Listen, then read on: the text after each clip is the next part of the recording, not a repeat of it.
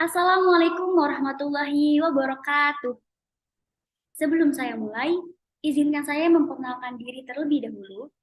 Nama saya Rahmadiyati atau bisa dipanggil Rara, jurusan Ilmu Komunikasi Universitas Paramadina.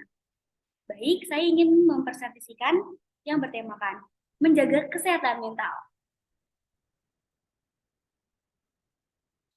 Nah, agenda presentasi yang akan saya bahas kali ini yaitu pertama ada apa itu kesehatan mental, kedua mengapa penting, ketiga contoh atau ilustrasi gangguan mental, keempat cara menjaga kesehatan mental tetap positif, dan yang kelima mencari bantuan profesional.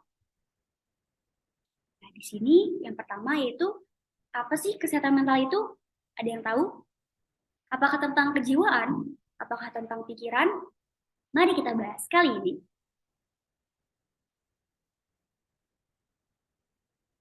Menjabarkan soal kesehatan mental adalah konsep positif.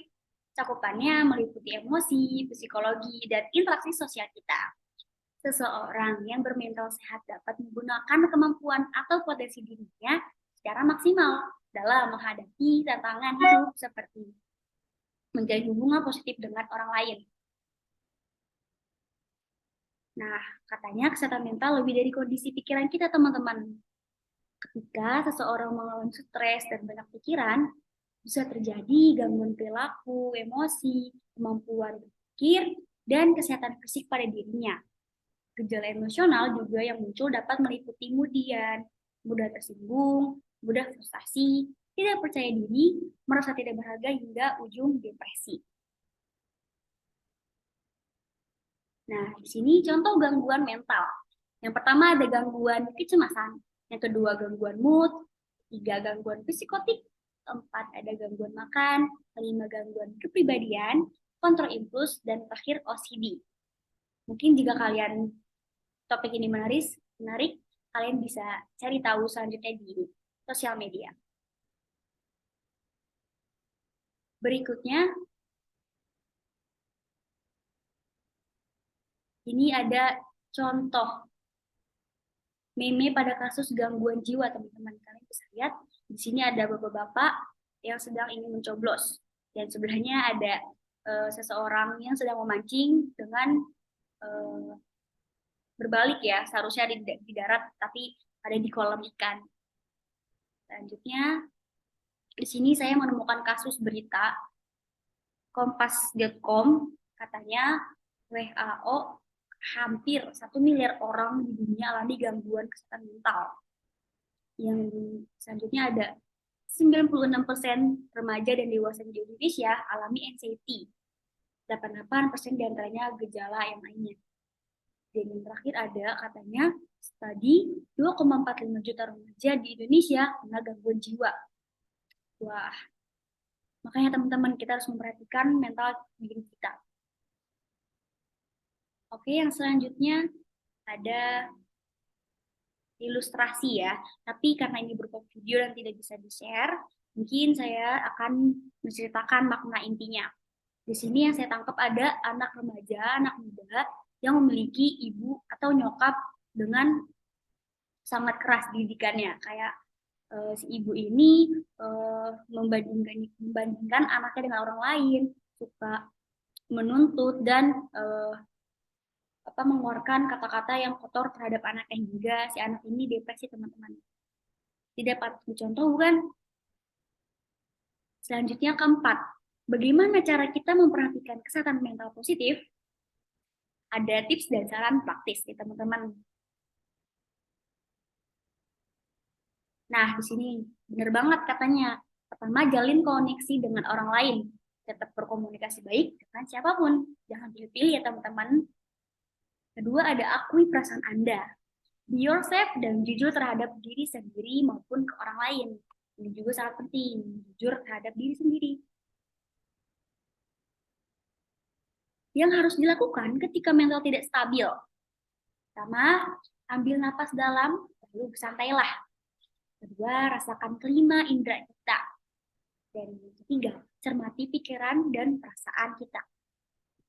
Jadi ketika teman-teman mentalnya tidak stabil bisa dicoba. Selanjutnya nih ada diagram, masalah kesehatan mental mempengaruhi semua orang.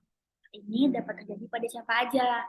Dan katanya lebih dari 85% responden survei setuju bahwa masalah kesehatan mental dapat terjadi pada siapa aja. Bisa dilihat teman-teman. Selanjutnya di sini juga ada diagram SEN, penyembuhan holistik. Perawatan untuk masalah kesehatan mental berbeda-beda ya. Perawatan dapat meliputi perpaduan terapi, pengobatan, dan sistem dukungan dari orang-orang sekitar kita.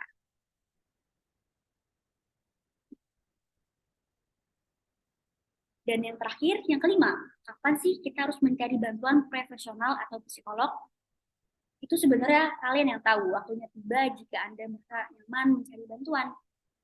Jangan sungkan ya, jangan malu-malu jika ingin curhat atau butuh bantuan kepada profesional.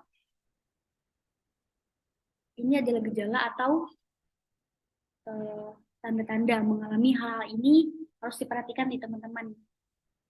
Ini ciri-ciri makan atau tidur terlalu sedikit atau terlalu banyak, kurang berenergi, merasa sangat bingung, gelisah atau takut, mendengar suara atau meyakini hal yang tidak nyata, dan tidak mampu melaksanakan tugas sehari-hari. Nah, ini adalah salah satu tipe-tipe jika kalian mengalami hal-hal gangguan kejiwaan.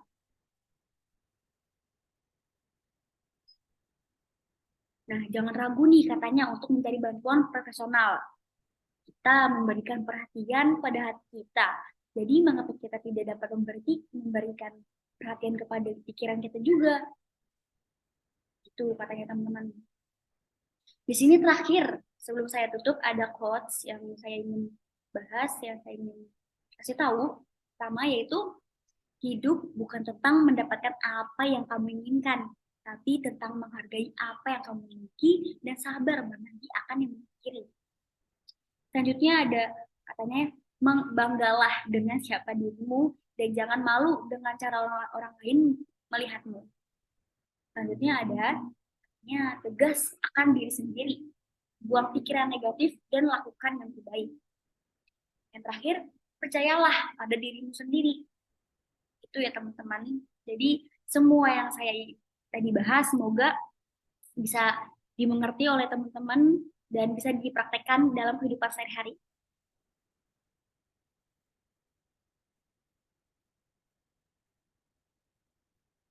Mungkin hanya itu yang bisa saya sampaikan. Kurang lebihnya saya mohon maaf dan wassalamualaikum warahmatullahi wabarakatuh.